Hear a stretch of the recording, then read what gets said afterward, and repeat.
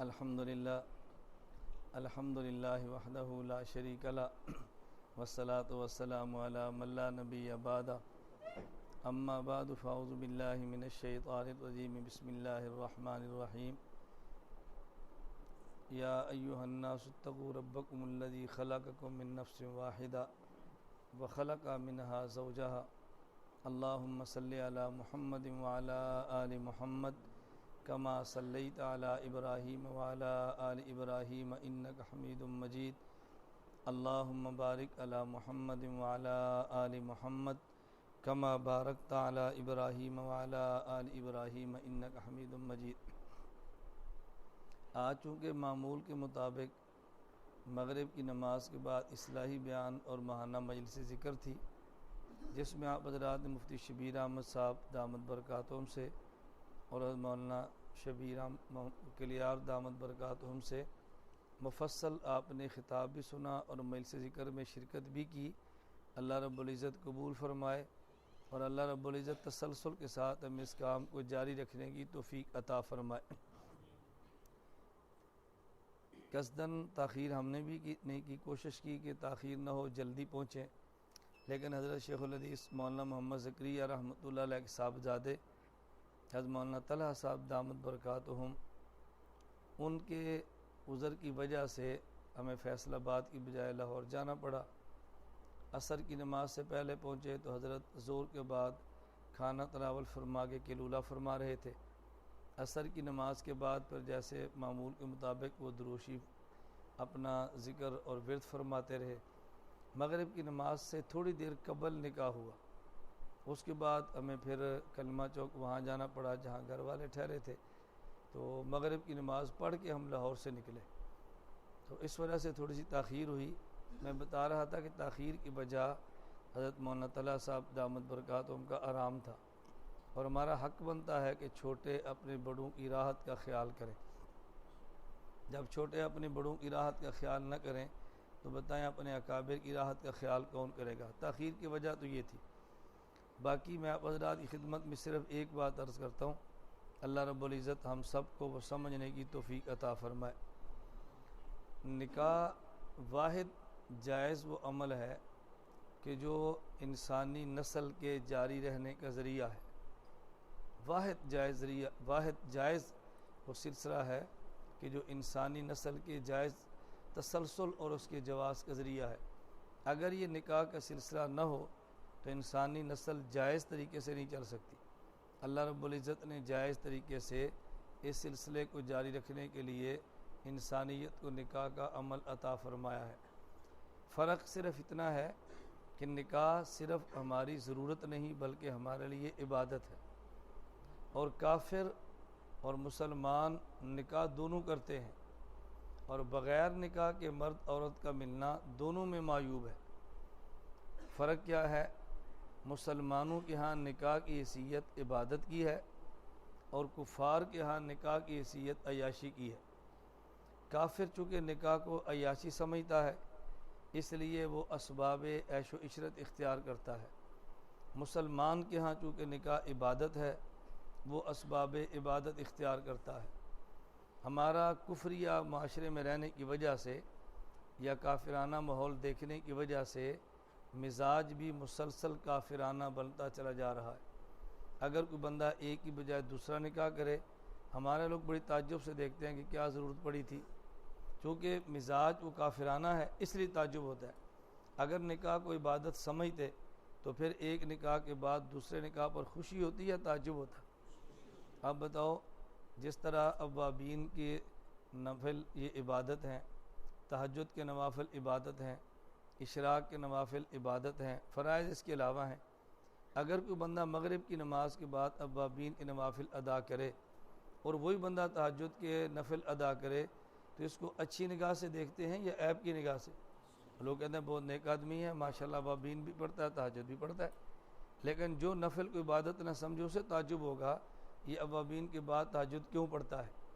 اگر ہم نکاح کو عبادت سمجھیں تو پھر ایک نکاح کے بعد دوسرا، اس کے بعد تیسرا، اس کے بعد چوتھا، اس پر تعجب نہ ہو بلکہ لوگ مبارک دیں۔ لیکن ہمارے ہاں ہندوانہ مزاج ایسا سخت بنا ہے کہ اگر کوئی شخص دوسرے نکاح کا نام بھی لے، الیاذ باللہ انتہائی نفرت اور حقارت کی نگاہ سے لوگ دیکھتے ہیں۔ اللہ ہم سب کو سنت سمجھنے کی توفیق عطا فرمائے۔ ایک بات میں نے گزارش یہ کی ہے کہ مسلمانوں کے ہاں نکاح عبادت ہے اور کفار کے ہاں نکاح عیاشی ہے۔ اگر ہم مسلمان ہیں تو ہم اسلامی ذہن بنانا چاہیے، اگر کافر ہیں تو پھر کافرانہ ذہن بنانا چاہیے۔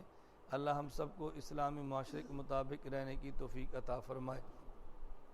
پھر بہت سارے احباب کو عموماً نکاح پر شکوہ اور گلہ ہوتا ہے کہ دیکھو جی نکاح ہے، اس سے دینی کام متاثر ہوگا، بندہ کسی کام کا رہتا نہیں ہے۔ مغرب کی نماز کے بعد ہمارا معمول تھا، اگرچہ میں تاخیر سے پہنچا لیکن مغرب کے معمول میں آپ کے ساتھ شریک ہوں۔ ابھی رات انشاءاللہ سرگودا شہر میں ختم نبوت کانفرنس ہے اور میں نے معمول کے مطابق اپنی کانفرنس میں شرکت کرنی ہے انشاءاللہ رضی۔ صبح ہمارا جمعہ کا بیان ہے، وہ بھی ہوگا۔ عشاء کی نماز کے بعد سرگودا شہر میں درس قرآن ہے، وہ بھی ہوگا۔ پھر میرا رات کو سفر ہے اور صبح 3:30 بجے کی فلائٹ، وہ بیرون ملک کے سفر کیا، وہ سفر بھی ہوگا۔ اب بتاؤ اس پہ نکاح کی کیا تعجب ہے؟ کوئی نکاح رکاوٹ بنا ہے؟ مغرب کے بیان میں بھی ہوں، رات کے بیان میں بھی ہوں، جمعے کی نماز میں بھی ہوں، عشاء کے بعد درس میں بھی ہوں، پھر رات کے سفر کے بعد بیرون ملک کے دورے پر بھی ہوں۔ تو جب بندہ اتنا اہتمام کرے اس پر تو تعجب کا کوئی جواز ہی نہیں ہے۔ میری بات سمجھ رہے ہیں نا؟ میں اس لیے گزارش کرتا ہوں کہ اللہ رب العزت کا جتنا اس پہ شکر ادا کریں، اس کی وجہ سے ہمارے کام میں کمی نہیں آئی بلکہ ہمارا کام بڑا ہے۔ پھر ہمارے ایک بہت بڑا ایپ لوگ سمجھتے ہیں متعلقہ اور بیوہ کے ساتھ نکاح کو، بہت بڑا ایپ سمجھتے ہیں، اور ہم نے اس ایپ کو توڑنے کے لیے اس کا اہتمام کیا ہے کہ نکاح بیوہ کے ساتھ ہو۔ آج کا نکاح وہ بیوہ کے ساتھ ہے، اس لیے ہے کہ اس رسم کو توڑیں اور ہندوانہ رسم کو اپنے عمل سے توڑیں۔ آدمی زبان سے کہتا رہے، عمل سے نہ توڑے تو بات کرنی بڑی مشکل ہے، اور عمل سے آدمی جب اس رسم کو توڑتا ہے کچھ مخالفت بھی سننی پڑتی ہے، کچھ باتیں بھی سننی پڑتی ہیں، لیکن اسی بات کو نبی کریم صلی اللہ علیہ وسلم نے فرمایا، من تمسک بسنتی عند فساد امتی فلہ اجر 100 شہید۔ جب حضور کی سنتیں مٹیں اس دور میں زندہ کریں، اللہ ایک سنت کے زندہ کرنے پر 100 شہید کا اجر عطا فرماتے ہیں۔ جن چیزوں کو لوگ عیب سمجھیں نا، اس وقت نبی کریم صلی اللہ علیہ وسلم نے فرمایا، ان الدین بدا غریبا وسیعود کما بدا۔ دین شروع ہوا تب بھی اجنبی تھا، ایک وقت آئے گا دین بالکل اجنبی ہوگا۔ فطوبی للغرباء، اور مبارک ہو ان لوگوں کے لیے جو اجنبی شمار ہوں گے، ان کا کام کیا ہوگا؟ الذین یصلحون ما افسد الناس، جس دین کے حکم کو لوگ خراب کریں گے، یہ لوگ دین کے حکم کو اسی کو زندہ کریں گے، اس کی اصلاح کریں گے۔ اللہ رب العزت مجھے اور آپ سب کو سنت کے مطابق اپنی زندگی گزارنے کی توفیق عطا فرمائے۔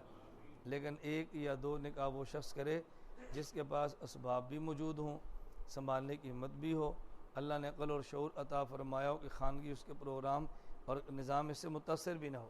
اگر نظام گھر کا متاثر ہونے کا خطرہ ہو تو پھر ایک کے بعد دوسرا نکاح کرنا قطعاً مناسب نہیں ہے۔ ہر بندہ اس کو سنبھال نہیں سمجھتا۔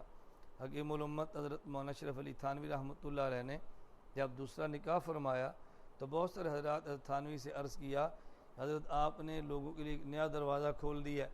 حضرت تھانوی فرمان لگے کہ میں نے دوسرا نکاح کر کے دوسرے نکاح کا دروازہ بند کیا ہے۔ لوگوں نے کہا جی کیا مطلب؟ فرمایا جس طرح ان دو میں اعتدال میں کرتا ہوں، اگر یوں کوئی اعتدال کر سکتا ہے تو پھر نکاح کرے۔ حضرت تھانوی اعتدال کیسے کرتے؟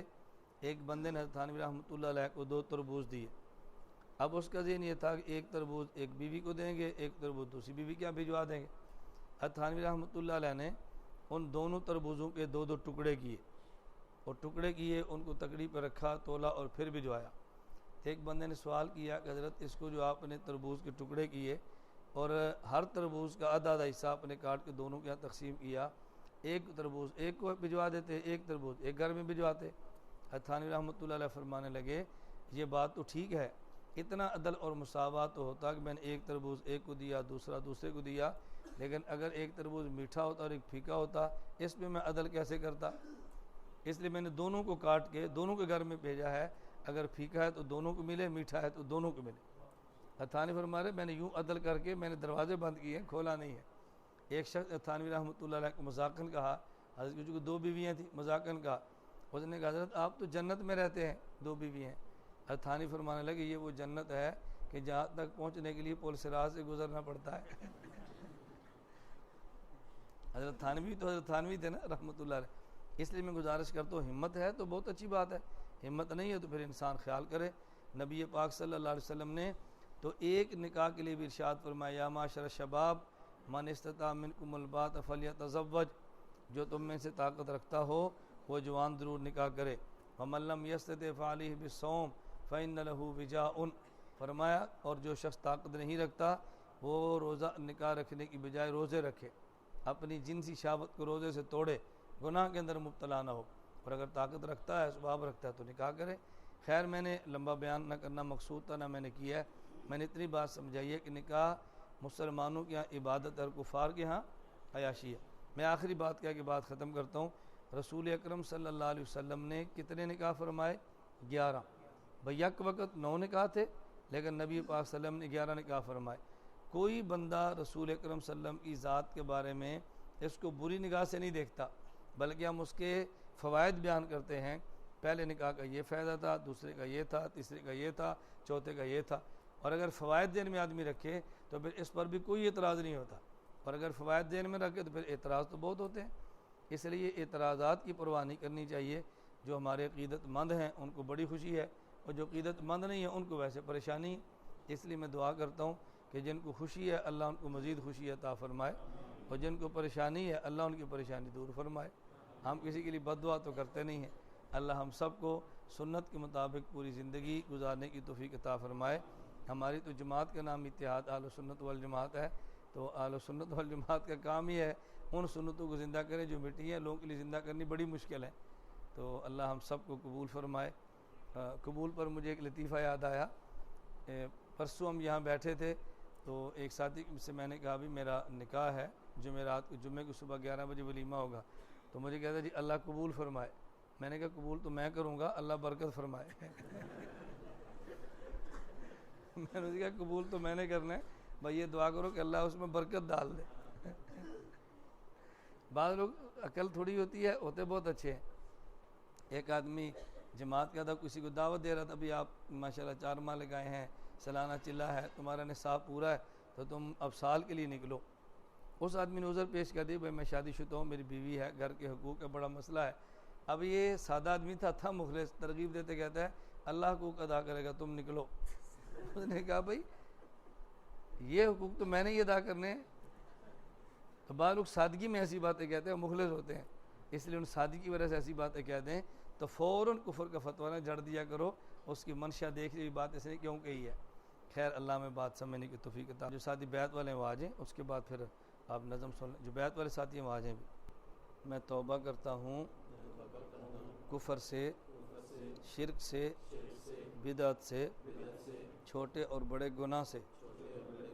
میں وعدہ کرتا ہوں 5 وقت کی نماز باجماعت ادا کروں گا، رمضان کے روزے رکھوں گا، زکوٰۃ فرض ہوئی ادا کروں گا، حج فرض ہوا ادا کروں گا، پوری زندگی سنت کے مطابق گزاروں گا۔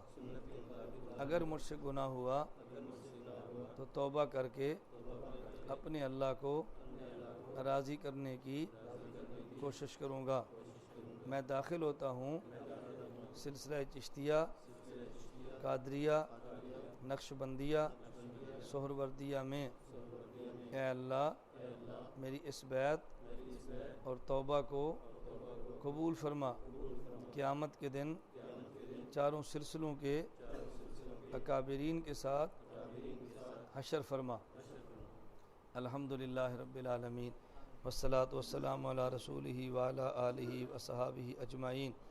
اے مولا کریم ہم سب کے گناہوں کو معاف فرما دے، اے اللہ ہماری خطاؤں سے درگزر فرما دے، اے اللہ جائز حاجات کو پورا فرما دے، اے اللہ مشکلات کو دور فرما دے، عافیت کے ساتھ دین کی خدمت کے لیے قبول فرما لے، اے اللہ اس مرکز کو شاد اور آباد فرما، اے اللہ اس کے فیض کو پورے عالم میں پہنچا دے، اے اللہ اپنے نام کی لذت اور حلاوت عطا فرما، اے اللہ آپ کے نام پہ جینا اور کٹنا اور مرنا عطا فرما دے۔